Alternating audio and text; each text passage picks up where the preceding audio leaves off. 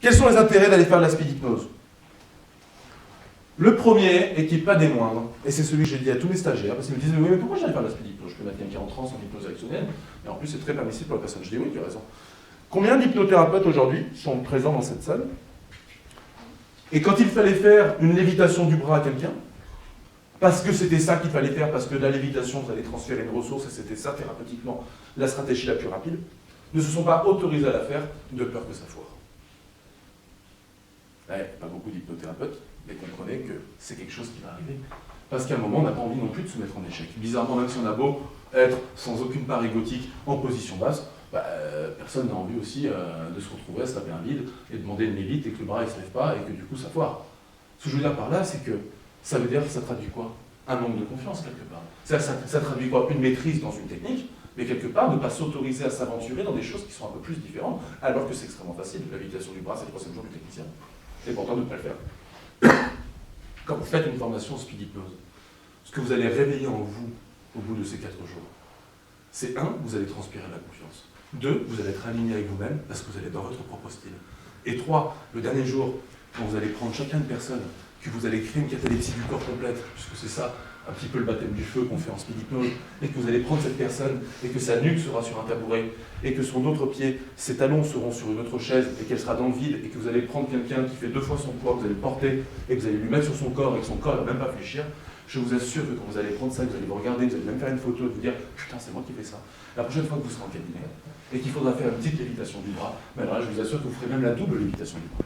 Parce qu'à ce moment-là, vous n'en aurez plus rien à foutre. Parce qu'à partir du moment où vous aurez réalisé ça, parce qu'à partir du moment où vous aurez fait réveiller en vous ce charisme-là, cette chose-là, cette confiance-là, tout dans le respect de l'autre, et qui vous amènera à réaliser des choses comme ça, je vous assure que plus rien ne vous arrêtera en cabinet. Parce que quand vous faites ça, le reste vous paraît tellement facile. Vous voyez ce que je veux vous dire? Il est là l'intérêt premier. Et ça l'intérêt. Ouais. Même si on a confiance en soi et que la personne n'est pas réceptive sur ce genre de choses. Elle le sera. Elle le sera parce que dans votre alliance thérapeutique, les croyances qui pourraient faire qu'elle ne sera pas réceptive vont faire qu'elles vont s'occuper. Parce qu'elle aura confiance en toi, parce qu'en tant que thérapeute, tu es quelqu'un qui va avoir cette alliance thérapeutique. Parce qu'elle a envie de changer, donc elle ira en transe. Parce que peut-être qu'avant, elle aura déjà connu l'éricksonien et qu'elle sera dans la transe et qu'elle aura vu que tout se passe bien. Donc là, du coup, le chiffre des 30% va complètement gonfler. Tu comprends ce que je veux dire? Et puis si vraiment elle n'est pas dans la réceptivité, tu t'en fous. Tu maîtrises l'éricksonien. Tu pars enéricksonien. Moi, attends, la speed hypnose, sur 30 séances de cabinet en une semaine, je vais en faire 5 séances. Parce que la plupart du temps, je vais faire de l'éricksonien. Parce que les gens, voilà, c'est agréable pour eux aussi, l'éricksonien. D'accord? Premier intérêt, il est là, la speed hypnose. C'est ça. C'est ce gain de confiance énorme que tout thérapeute a aussi besoin. La confiance, pas de l'ego, c'est juste reconnaître ses qualités et être doué dans son domaine. Le deuxième point où on va servir la speed hypnose, c'est avec les adolescents. Quand vous avez un adulte qui vous appelle pour prendre rendez-vous avec vous, la demande vient de lui. C'est une démarche qu'il fait. Donc quand il vous voit, la première fois en cabinet, il vient dans une réceptivité avec vous pour créer une alliance thérapeutique. Il vous voit comme un ami, puisque c'est lui qui vient faire une demande. Quel adolescent à 14 ans dit à sa mère « Maman, j'ai besoin d'aller voir un hypnothérapeute parce que ça ne va pas ». Aucun. Allez, peut-être 1% des ados viendront de même. Et c'est extrêmement rare. Pas beaucoup. T'en as déjà eu? Bah non, moi non plus, pas trop. Hein. De temps en temps. Là, j'ai reçu un texto la dernière fois d'une jeune fille de 15 ans. Je veux faire la démarche, ça reste secret. Enfin, je trouve ça extraordinaire à 15 ans de penser à faire une démarche comme ça. Enfin bref. Donc je peux vous dire, c'est quelque chose d'extrêmement rare. C'est-à-dire que si vous avez un adolescent en cabinet, il viendra parce que ses parents lui auront dit d'envoyer, parce que ses parents vous l'auront envoyé chez vous. Et si il vient parce que ses parents, qu'est-ce que vous allez avoir avec les adolescents? Ben, un rapport de conflit. Vous n'êtes pas un ami, vous êtes un ennemi, là, en l'occurrence. Il n'a rien demandé, lui. Il n'a pas besoin. C'est les parents qui l'envoient. Comment faire pour créer le rapport solide nécessaire à toute alliance thérapeutique si l'adolescent, on part déjà avec un temps de retard, puisqu'il ne nous voit pas du tout comme une figure qui va l'aider, mais au contraire comme une figure qui va le faire chier. Maintenant, imaginez que cet adolescent-là, vous allez lui faire une petite séance en ericksonien. Vous allez commencer à lui parler, et alors que tranquillement, tu peux décider de ne pas entendre ce que je pourrais dire.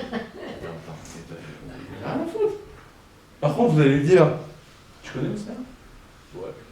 Ça te dit de connaître l'état de transe comme il fait là? Ah, par exemple, vous savez faire ça. Ouais, je pourrais même t'apprendre une technique que tu peux faire dans la cour d'école. Ah ouais? Oh! Tu apprends une technique. Tiens, fais faire ça, tu vas voir. Tu me diras la semaine prochaine. Et alors là, vous voyez ses pupilles, elles font chou. Ses yeux, ils s'illuminent. Et c'est normal que ses yeux s'illuminent. Parce qu'à ce moment-là, ben, il vous voit. Vous avez gagné. Vous avez gagné. Vous comprenez ce que je veux dire? Et là, il vous voit avec un autre regard. Et le rapport de confiance et le lien, il est créé. Et ça, c'est un intérêt, encore une fois, qui est extrêmement important. Est-ce que ça va pour ça? Ouais. Est-ce que vous avez des questions sur ça? Si la speed hypnose ne marche pas, l'action ne marche pas. Pourquoi les réactionnaires ne marcheraient pas? Pourquoi les réactionnaires ne marcheraient pas? Encore une fois, ça c'est de l'information. Qu'est-ce qui fait que ça ne marche pas? Il y a forcément une partie de la personne qui ne se sent pas bien accompagnée. C'est quelque chose qu'elle vit naturellement tous les jours. C'est quelque chose où elle va y aller, elle, en dehors de son champ de conscience, elle va aller en transe. Pourquoi avec toi, il répond? Elle vit des trans spontanées 10 fois par jour, mais une transe provoquée, elle ne pourrait pas la vivre. Ah non, c'est que là, il y a une information. Qu'est-ce qui se passe dans votre relation thérapeutique? Qu'est-ce qui n'a pas été satisfait? Quelle croyance, quelle peur n'a pas été travaillée? C'est-à-dire que tu as toujours rencontré des gens qui n'avaient aucun blocage. Il y a des blocages à la première séance, si. Des réticences, j'ai dit, parce qu'ils ne savent pas à quoi s'attendre.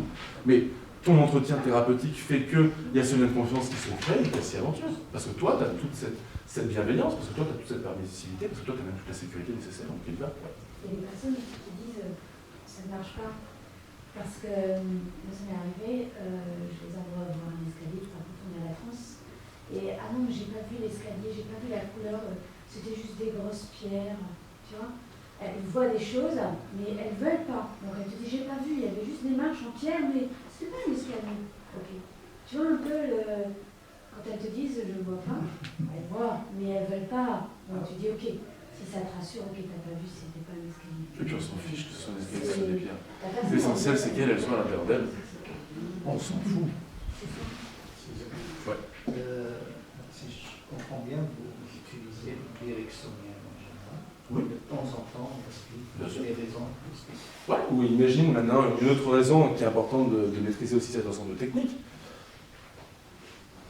Tu as une séance avec un patient, tu fais un énorme dégrossissage en conversationnel, il se passe des choses, il y a des choses qui bougent, là tu aurais bien clôturé par une petite séance en hypnose, histoire d'aller bien installer ce changement-là à un niveau inconscient, histoire de travailler aussi à ce niveau inconscient. Malheureusement, tu viens d'entendre ton interphone et dans 10 minutes, tu as ton patient qui rentre dans la salle. Tu ne peux pas prendre 15 minutes pour réaliser une induction. Tu peux pas. Ça veut dire que là, tu vas devoir reporter ta séance. C'est dommage parce que tu vas faire la semaine d'après ce que tu aurais pu faire en une séance. Et donc, il va toujours dans le sens d'un gain en rapidité thérapeutique pour la personne. Alors que là, tu fais de la speed hypnose, la personne, tu as déjà une très belle confiance avec elle. Ok, elle est ok pour rentrer en speed, ça lui tend, l'aventure lui tend, ok, ben on rentre. Le résultat est le même. On atteint juste un état modifié de conscience. Et là, tu as passé 1 minute, ce que tu aurais dû faire en 15 minutes. Donc là, il te reste 10 minutes pour faire un petit plateau thérapeutique, un petit travail thérapeutique, et tu as gagné une séance. Pour toi, pour elle. Moi, c'est 1 minute. Moins d'1 minute, ouais. À peu près. Si tu fais 2 minutes, si tu fais 15 secondes, c'est encore mieux. Ok, l'essentiel, c'est qu'extrêmement rapidement, vous allez voir la personne rentre en transe.